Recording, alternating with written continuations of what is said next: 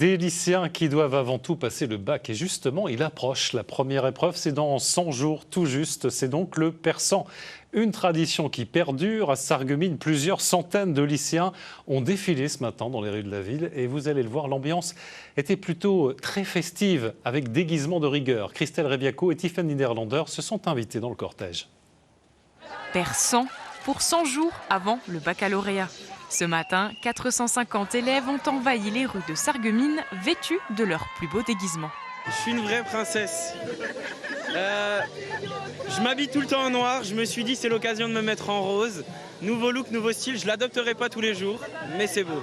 Nous on est prince du Qatar. Exactement, moi je suis sa copilote. Non, copilote. Ouais. Copilote. Collègue. Voilà. Et moi je suis un farfadet malicieux. Il est bien le persan ou pas? Est-ce que vous savez d'où vient le persan? C'est une ancienne tradition militaire.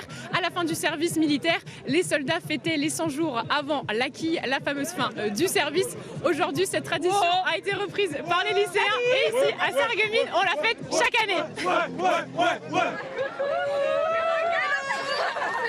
C'est même pas important, c'est obligatoire en fait, c'est obligé. C'est vraiment le truc en terminale à Sarreguemines. Et on n'attend que ça, on n'attend que depuis qu'on est en seconde d'être en terminale pour faire le persan.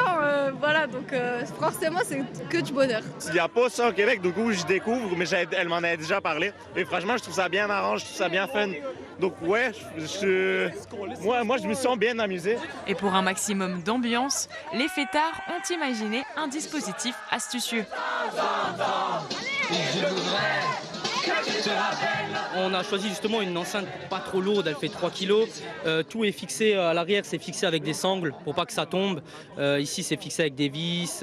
Tout est serré un maximum, tout est fixé pour pas que ça bouge et pour qu'on puisse bien mixer. Mais les responsabilités ne sont jamais bien loin. Comment est-ce que vous sentez le bac qui arrive dans 100 jours? Ça va. C'est compliqué, hein.